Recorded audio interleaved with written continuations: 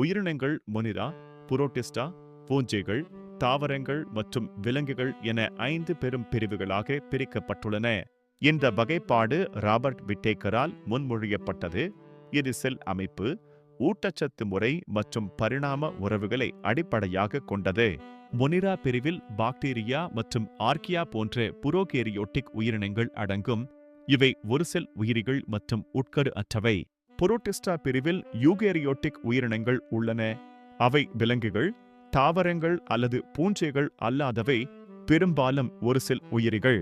பூஞ்சைகள் eukaryotic, பெரும்பாலும் பல செல் உயிரிகள், இறந்த அல்லது சிதைந்த கரிமப் பொருட்களிலிருந்து ஊட்டச்சத்துக்களை உறிஞ்சி வாழ்கின்றன.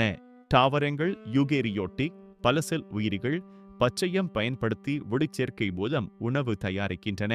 விலங்குகள் யூகேரியோட்டிக், பல செல் உயிரிகள், பிற உயிரினங்களை உட்கொண்டு ஊட்டச்சத்துக்களை பெறுகின்றன, மேலும் சிக்கலான நடத்தைகளை கொண்டுள்ளன.